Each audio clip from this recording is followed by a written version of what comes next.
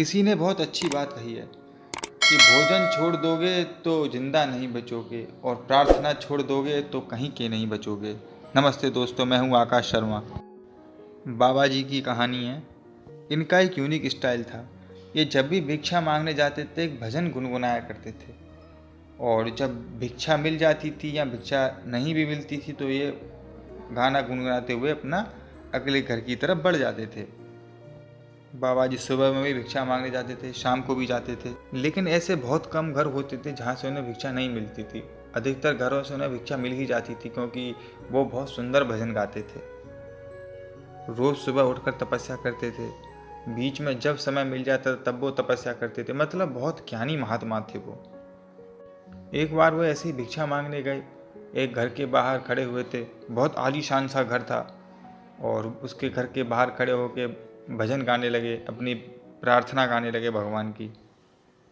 जो सेठ जी थे उन्होंने देखा कि एक साधु गेट पे भजन गा रहे हैं, और उन्होंने ये देखा तो उन्होंने देखा कि सेठानी कहाँ है, तो वो किचन में खाना बना रही थी।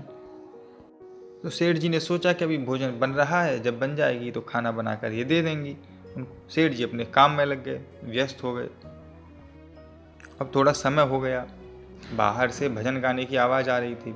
अब सेठ जी से रहा नहीं गया, और सेठ जी ने जाके किचन में गए और वहाँ जाके पूछा कि देखो, बाहर एक साधु हैं, वो भजन गा रहे हैं, तुम उनको भोजन क्यों नहीं दे रही हो? जब भोजन बना हुआ है तो भोजन क्यों नहीं दे रही हो? तो वो बोली कि ऐसा है, मैं इनका भोजन अभी नहीं दे रही हूँ इनको, क्योंकि ये जो भजन गा रहे हैं वो बहुत सुंदर गा रहे हैं। मैं इनकी ये प्रार्थना पूरी सुनना चाहती हूँ। अभी मैं भोजन दे दूँगी तो ये भोजन लेंगे और अगले घर पे चले जाएंगे, लेकिन मैं ये पूरी प्रार्थना सुनना चाहती हूँ। सेठ जी भी समझ गए कि भजन तो बहुत सुंदर गा रहे हैं, तो चलो पूरा भजन सुन लेते हैं, उसके बाद में इनको भोजन दे देना। ऐसा कह के वो सेठ जी वहाँ से चले गए। कहानी बहुत छोटी है, मगर इसका सार बहुत बड़ा है।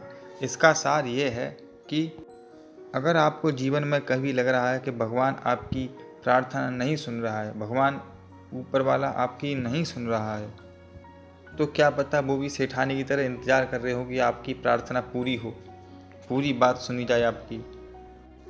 उसमें और थोड़ा भाव हो, थोड़ा भक्ति हो, थोड़ी आस्था हो आपकी प्रार्थना में, शायद तब जाके वो आपकी सुने।